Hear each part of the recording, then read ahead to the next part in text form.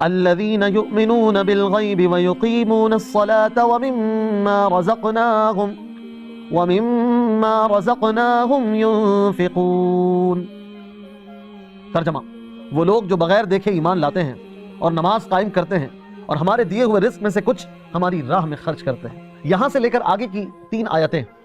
مومنین کی نشانیوں اور ان کے اوصاف کے بیان پر مشتمل ہیں، اور اس کے بعد آگے پھر اللہ تعالیٰ نے کچھ کفار کے حوالے سے بتایا، اور پھر آگے کی تقریباً 13 آیتیں جو ہیں وہ منافقین کی نشانیوں اور ان کے برے کاموں کے بیان کے متعلق ہیں، جو تفصیل سے انشاءاللہ آگے آئیں گی۔ اللہ تبارک و تعالیٰ نے مسلمانوں کی اور متقین کی یہ نشانی بیان فرمائی کہ متقی وہ ہیں کہ جو بغیر دیکھے ایمان لاتے ہیں، یعنی وہ ان تمام چیزوں پر ایمان لاتے ہیں جو ان کی نگاہوں سے پوشیدہ ہیں اور نبی صلی اللہ علیہ وسلم نے ان کے بارے میں خبر دی ہے، جیسے مرنے کے بعد دوبارہ زندہ کیا جانا، قیامت کا قائم ہونا، اعمال کا حساب ہونا، جنت اور جہنم وغیرہ۔ ایک قول یہ بھی ہے کہ یہاں غیب سے قلب یعنی دل مراد ہے۔ اس صورت میں آیت کے معنی یہ ہوں گے کہ وہ دل سے ایمان لاتے ہیں۔ اس آیت میں ایمان اور غیب کا ذکر ہوا، اس لیے اس سے متعلق چند اہم باتیں سماعت فرمائیں۔ ایمان اسے کہتے ہیں کہ بندہ سچے دل سے ان سب باتوں کی تصدیق کرے جو ضروریات دین میں داخل ہیں، اور کسی ایک ضرورت دینی کے انکار کو کفر کہا جاتا ہے۔ اسی طرح عمل ایمان میں داخل نہیں ہوتے، اس لیے قرآن پاک میں ایمان کے ساتھ عمل کا الگ سے ذکر کیا جاتا ہے، جیسے اس آیت میں بھی ایمان کے بعد نماز اور صدقے کا علیحدہ ذکر کیا گیا۔ اسی طرح غیب وہ ہے جو ہم سے پوشیدہ ہو اور ہم اپنے حواس جیسے دیکھنے، چھونے وغیرہ سے اور بدیہی طور پر عقل سے اسے معلوم نہ کر سکیں۔ اسی طرح یہ بھی پتہ چلا کہ غیب کی 2 قسمیں ہیں۔ نمبر 1، جس کے حاصل ہونے پر کوئی دلیل نہ ہو، یہ علم غیب ذاتی ہے اور اللہ تعالیٰ کے ساتھ خاص ہے، اور جن آیات میں غیر اللہ سے علم غیب کی نفی کی گئی ہے وہاں یہی علم غیب ذاتی مراد ہے۔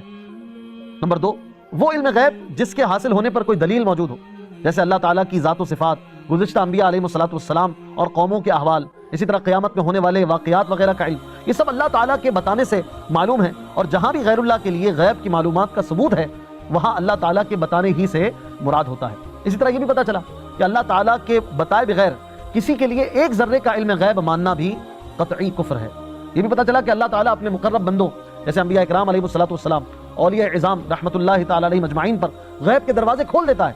جیسا کہ قرآن و حدیث میں اللہ تعالیٰ نے بیان فرمایا ہے۔ نیز اس آیت میں نماز کے قائم کرنے کا بھی حکم دیا گیا، اور نماز کے قائم کرنے والوں کی تعریف کی گئی، اور فرمایا کہ متقی وہ ہیں جو نماز قائم کرتے ہیں۔ تو ہمیں بھی چاہیے کہ ہم نماز ادا کریں اور نماز کو ظاہری اور باطنی حقوق کے ساتھ ادا کریں۔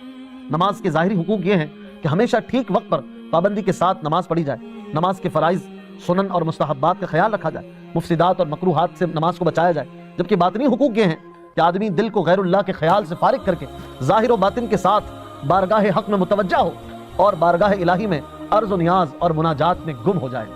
قرآن مجید میں اور احادیث میں نماز کے حقوق کی ادائیگی کے ساتھ نماز پڑھنے والوں کے فضائل بیان کیے گئے ہیں اور نہ پڑھنے والوں کی مذمت بھی بیان ہوئی ہے۔ چنانچہ اللہ تعالیٰ سورہ مومنون میں ارشاد فرماتا ہے، قد افلح المؤمنون الذین هم فی صلاتهم خاشعون، یعنی بے شک وہ ایمان والے کامیاب ہو گئے جو اپنی نماز میں خشوع و خضوع کرتے ہیں۔ اسی صورت میں ایمان والوں کے مزید اوصاف بیان کرنے کے بعد ایک اور وصف یہ بھی بیان ہوا کہ والذین هم علی صلاتهم یحافظون، یعنی وہ ایمان والے بھی کامیاب ہوئے جو اپنی نمازوں کی حفاظت کرتے ہیں۔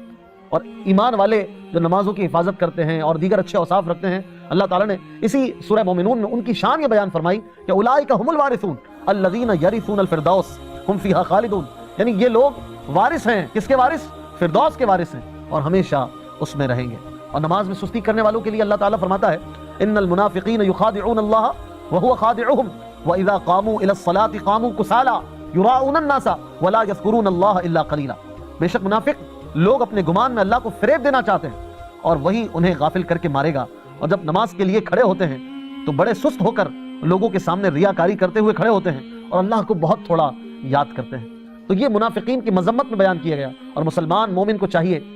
کہ اپنے اندر سے اس وصف کو نکالے جو منافقین کے لیے بیان کیا گیا۔ حضرت عثمان غنی رضی اللہ تعالیٰ عنہ فرماتے ہیں، سرکار دو عالم صلی اللہ علیہ وسلم نے ارشاد فرمایا، جس نے میرے اس وضو کی طرح وضو کیا پھر اس طرح 2 رکعت نماز پڑھی کہ ان میں خیالات نہ آنے دے تو اس کے پچھلے گناہ بخش دیے جائیں گے۔